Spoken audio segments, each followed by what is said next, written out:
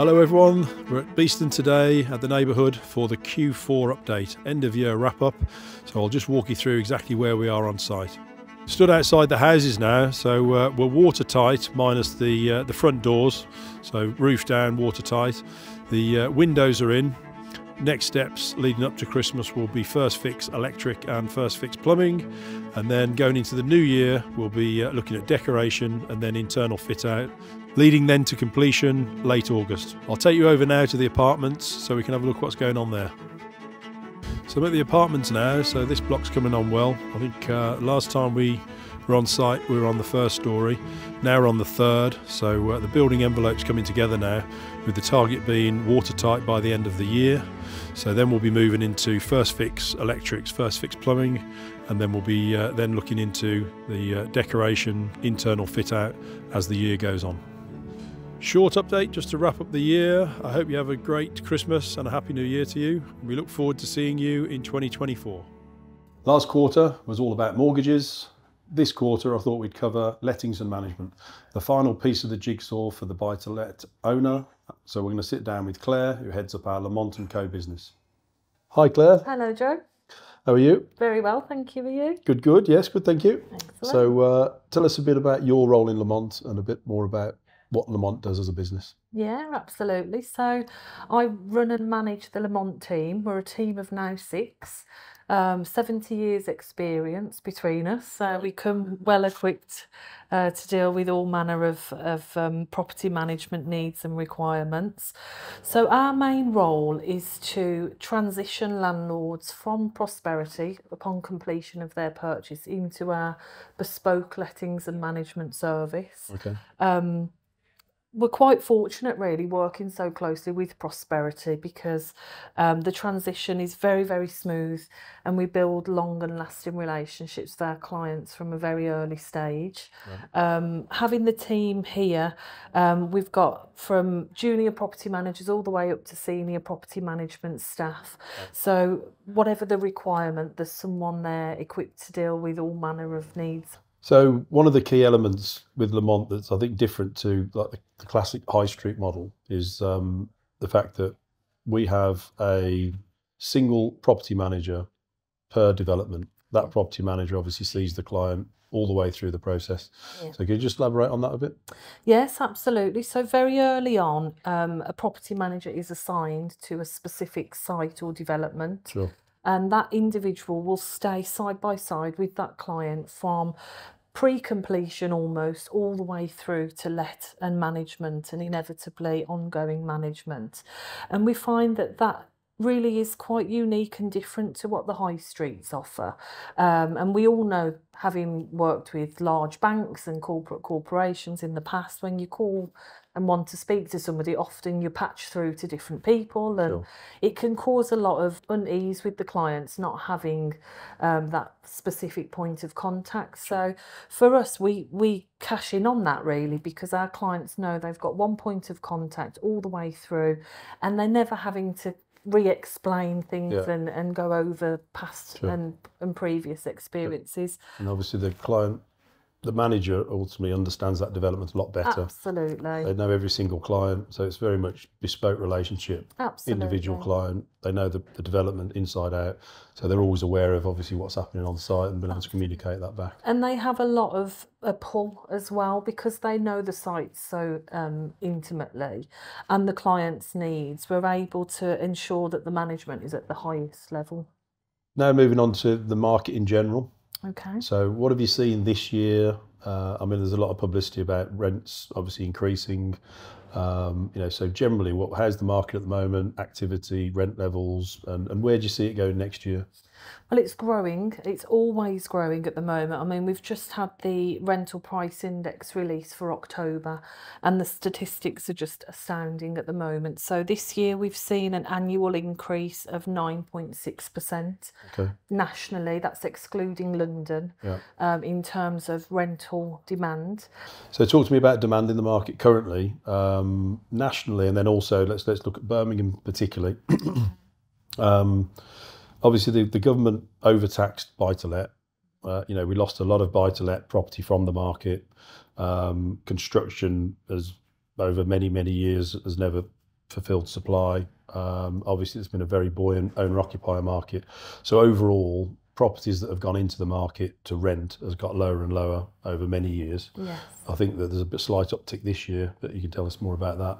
So where are we now then as far as from a supply-demand perspective? So the demand is as ever growing, as we know. We just simply can't keep up with what's out there at the moment. Although we have seen a small increase in properties coming into the rental market, 7% in fact, compared to last year. Does that include BTR? It does indeed. Okay. It does indeed. But that still is nowhere near enough for what the demand is on rental at the moment. We can draw comparison just from the inquiries that we receive per property. So previously, back in 2019, we'd received maybe 8 inquiries per rental listed. Okay. And now we're looking at 36. So it just shows the demand is ever growing. Sure. So what's the current kind of letdown rate in, say, Birmingham, for example? So you're taking on a property on the first of the month. You know, can the landlord expect it to be rented within that month, or? Yes, absolutely. Well, because of the Tenant Fee Act, we are obliged to rent it and let it and move somebody in within 15 days. Okay. I have to say, though, more recently, and probably in the last 3 months, we can attribute to the quicker turnaround that we're actually doing it in about 10 days now from viewing to moving. Okay. Which is phenomenal. I've never known it to be so fast paced. Okay. So where have we seen rents this year? So Birmingham particularly, we've seen an enormous increase, some 3.7% compared to the market this time last year. We always find that central locations are of course very, very popular, and with that we can command a higher rent. A lot of agents can be a little bit overzealous with the rents and kind of take advantage of the situation at the moment, but with all the data that we can use to draw on to price our properties, we price them not only appropriately but in line with the market value and the rental price index, and we're seeing that compared to say 2 years ago, the average 2-bedroom rental property in Birmingham, for example, is £200 more than you would find back in 2020. So that sounds great. Rents are going up. Obviously, there's concerns about at what point does it run out of steam. But give me a value of a 1-bed and a 2-bed, and just give us a little insight into the profile of those tenants. Okay, so I'd say on average the 1-beds in Birmingham at the moment are around the £1,100 mark. Okay. This isn't taking into account any furnishing, views, aspects or parking facilities. This is just postcode. Okay. And for the 2-beds, I'd say around the £1,300 to £1,400. Okay. Now, the profile of tenants that we tend to have come through our door are between the ages of 20 and 30. Okay. And these tenants are professional working people within the city, and they are willing to spend 37% of their income on rent, which tells us the type of profile we're looking at. Yeah. So we deal with working professionals as an agency wherever possible, and we're finding that the city living is certainly very popular amongst that age group. Okay. Obviously the standard and style of the property plays an enormous part, and that's where we come in, well, Prosperity come in, in providing those stylish contemporary homes.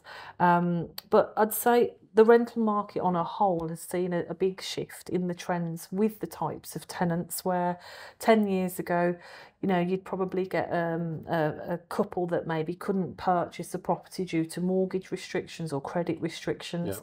We're seeing people now walk through the door who could purchase properties quite willingly but are choosing to rent because they like the lifestyle and the flexibility that comes with renting. Great. Okay. And are we finding any premium on furnishings or not? Absolutely. So certainly city centre living, so any of our main cities which we develop in, we are finding an enormous pull towards furnished properties. Okay. And the reason being is we're dealing with working professionals. You know, sometimes they're maybe on secondments in the city, they've taken a job with a company for 3 years or so, and they don't want the hassle. of having to buy specific furniture Sure. for an apartment that they may only be in for 3 or 4 years. And some of them actually have homes outside of the city. So we bear that in mind a lot with the traction and attraction with the types of tenants, because we're aiming at that working professional type, Sure. who is taking the job outside of their hometown. So Yeah. furnishing is absolutely paramount, in my opinion, for city flats. As we progress with our next development, Smithfield Lofts and Works, that's going to be a kind of a different play again. Absolutely. So it's the same standard from a construction perspective. Internal specifications have been lifted again, but over and above that, we've got a lot of amenity. So running track, cinema, dining spaces, office spaces. There's everything in there you could want for as a tenant, I believe. And what sort of premium do you think are we going to see on that? Oh, well, I mean, based on today's numbers, I can give an idea, but I can tell you that it won't be the same when it completes because of the growth that we're seeing in the market. Okay. I mean, if we were to say specifically a 2-bedroom apartment in a site like Smithfield, I think we'd be looking upwards of £2,000. Okay. Absolutely. Yeah. And that will change again, I'm absolutely sure. Okay.